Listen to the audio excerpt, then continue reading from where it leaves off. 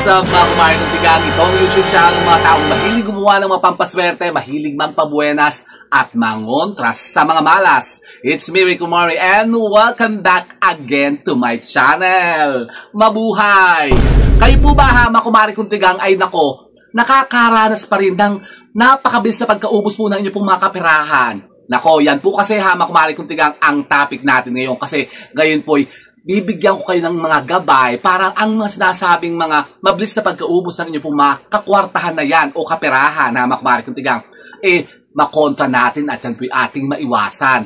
Ngayon po bibigyan ko kayo ng isang napaka-powerful po na pangontra na yun nga, magbablock ng sinasabing mga negativities na yan na yun na nga nagiging dahilan kaya tayo po mabilis na nauubusan ng ating mga kayamanan, pera mga kumari kong tigang.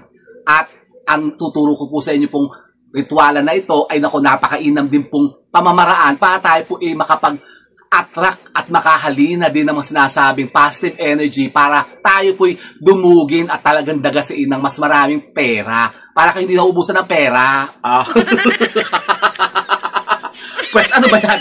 Yun na nga po mga kumari kong tigang. Kaya kung gusto pong malaman kung ano pong napaka-powerful po na ritual lang ito, manifesting ritual po ito ha mga kumari kong tigang na mag-create ng mga positive energy para kayo po talagang dagasain ng mas maraming pera at hindi kayo maubusan agad-agad ng inyong pong mga kwarta. Panoorin nyo lamang po ang video kong ito. Oh, you wanna go? So let's go mga kumari kong tigang.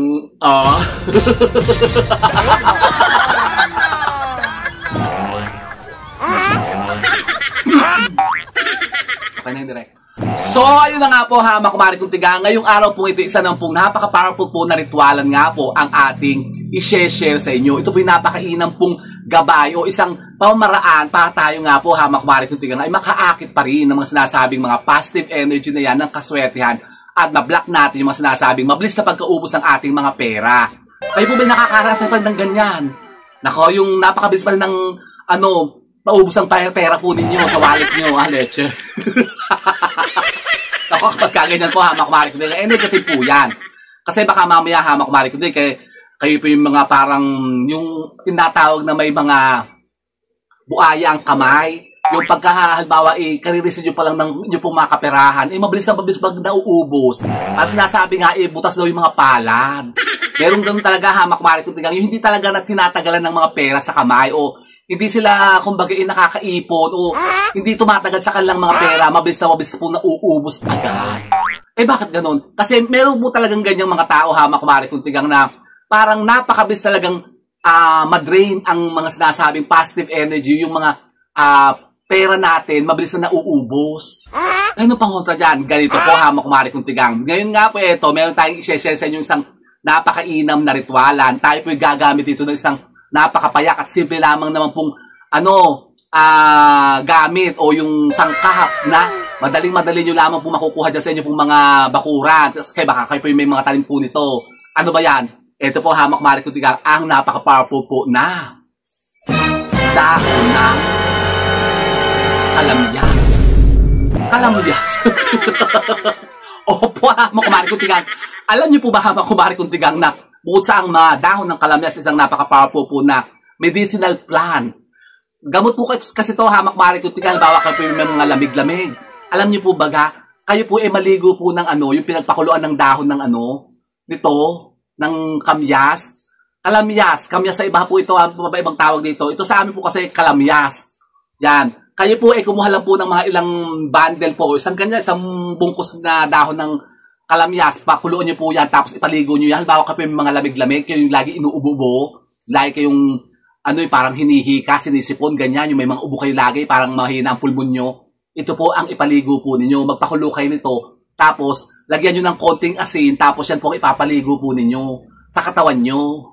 Siyempre, saan ba pinapaligo? Katawan, siyempre, pinapaliguan natin katawan. Ganun po. Pero, ngayon po, hamak kumari kong tigang, tayo po mag-share na isa pong ritualan o isang napaka-powerful po na gabay na nga, yun nga, kontra sa mga sinasabing mabilis na pagkaubos ng mga sinasabing kapirahan natin sa ating mga tahanan o sa mga bulsa natin. Paano? Ito po, hamak kumari kong tigang, kayo po kukuha lamang po ng isang bungkus po ng dahon ng kalamyas. O, tinan nyo, pinutupot sa bahay. Isa crap. Pero ako naman po may puno din po ng kalamyas na sa likod. Kaya lang ang tataas. Ang tataas na kasi ng talbos, yung dahon. Kailangan kasi natin hama kumari ko yung mga ganyan talagang sariwa. Yung fresh na fresh talaga, hindi yung mga dilaw na yung dahon. Pumili po kayo magandang dahon po ng kalamyas. Kasi alam niyo po ba hama kumari ko na ang dahon po ng kalamyas, isa pong napakainam na pang-akit yan ng sinasabing positive energy ng kaswertehan sa pera. Opo, halimbawa kayo po lagi na lamang walang pera, yung lagi kayo mabilis na nasasaidan nga ng pera po nyo, hindi kayo na, yung na, kumbaga nakakaipon. Nako, alam niyo po ba hama kumari ito po ang napakainam na pamamaraan. Kumuha po kayo ng dahon ng kalamyas pagkatapos anong gagawin natin dito? Ganito po, kayo po kukuha rin po ng kapirasong ribbon na pula. Ito po yun, no? Yan. Kapiraso lang naman po hamak marik yung tigang. Tapos ito po ay tatalian lamang po natin ng kapirasong ribbon na pula. Yan, napakasimple lang naman po ito. Kaya-kaya nga ito. Kahit po kayo hindi nag-grade 3. Kaya-kaya itong gawin. Naku, mas seryoso. Hindi ba kayo nag-grade 3? Naku, kukuha lang kayo ng isang bungkus po ng dahon ng kalamyas. Tapos kumuha kayo kapirasong ribbon na pula. Itali nyo po yung ganyan. Pagkatas, anong gagawin natin dito? Ihampas. Hindi po, hindi natin ihampas. Kanino? Kasi ito po mismo, hamak marik yung tigang, ay isasabit po natin sa ating mga pintuan. Ganun pala. Opo, hamak marik yung tigang, isasabit po natin to sa ating mga main door para to ay, kumbaga makaakit nga yung kanyang aroma. Para talaga tayo pugigiin at yun na nga, maka-attract tayo ng mga sinasabing positive energy nga po ng swerte sa pera. Tapos ito rin po ang magbablock na mabilis sa paglabas ng pera po ninyo. Yung mabilis ang pagka-drain po ng mga kaperahan natin sa bahay natin. Yung halimbawa baka kayo yung kasusweldo-sweldo nyo pala ang tumalikod lang kayo yun na nga. Mamaya-maya pagbalik nyo wala na yung pera nyo, pinagbabayad nyo na sa utang. Nako, yan ang tatandaan nyo lagi hamak kumalik, iwasan nyo. Halimbawa kayo po may mga bagong nare-receive na pera, halimbawa kayo sumahod, sumeldo kayo. Ang pera po, yung mga sinahod po ninyo, yung mga nare-receive yung pera, painitin nyo muna naman sa bulsa po nyo, sa mga bag po ninyo, o patulugin nyo po sa bahay nyo. Huwag naman kayo, halimbawa, kapipindot-pindot nyo para sa ATM, kayo sumweldo na, sumahod na. Diretso na kayo sa grocery, sa Walter Mart, sa Robinsons, ganyan. Tapos kayo, nag-grocery na, nag-add to cart na kayo ng add to cart. Hindi nyo lamang iluwi yung pera sa bahay po ninyo. Nako, negative po yan. Pagka ganun, talaga mabilis na mabilis kayo mauubusan ng pera. Hindi talaga kayo matitirahan ng pera dyan sa mga bag po nyo, sa mga bulsa po ninyo. Iwasan nyo po yan. At tandaan nyo po ito, hamak marik yung tigang. Yung mga pitaka po ninyo o yung mga wallet po ninyo, huwag yung sasaidan nyo ng pera. Kasi yan po ang nagiging dahilan na hamak marik yung tigang. Kaya lagi tayo nauubusan ng pera kapag kawinawan ninyo po yan ng inyo pong mga pitaka o wallet, laging walang laman. Yung sinasaid po ninyo sa huling kusing na, kinukuha nyo pa rin, ginagamit nyo pa rin. Di ba sabi ko sa inyo, lagi kayo maglalaan dyan ng taong bahay na pera. Yung hindi nyo talaga gagastusin, yung gagamitin natin mga pampaswerte o yun nga lucky charm. Para tayo, yung wallet po ninyo, laging putos na putos, yung laging dinadagasan ng maraming pera, hindi na uubusan. So, ito po, ganito po ang gawin po ninyo. Pwede nyo po itong gawin, hamak marik yung tigang, tuwing araw ng Biyernes. Pagkatapos, hayaan nyo lamang po niya kasabay dyan sa pintuan po natin, ang dahon po ng kalamyas. At mapapansin nyo po yan, mga 3 araw po, yan po yung kusang manlalaglag. Kapag ganun po, napansin nyo na siya po yung parang nalantanan, nalalaglag na po siya, tanggalin nyo na po siya, paltan nyo na po siya ng bago ulit.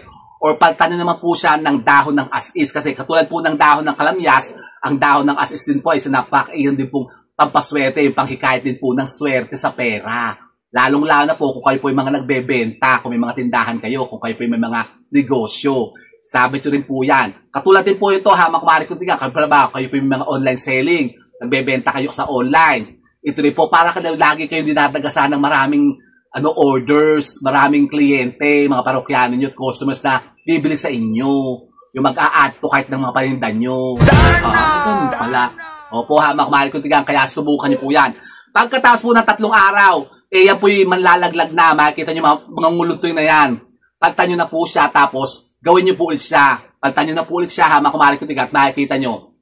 Kayo po yung magkakaroon ng mga instant na kaswertehan o instant pera kapag ito po napamanifest po ninyo. At yung mga sinasabing mabilis sa pagkaubos ng mga pera po ninyo, maiiwasan nyo yan kasi kumbaga ibablock niyang dahon ng kalamyas yung mga pera po ninyo para magstay na dyan sa mga pitaka nyo.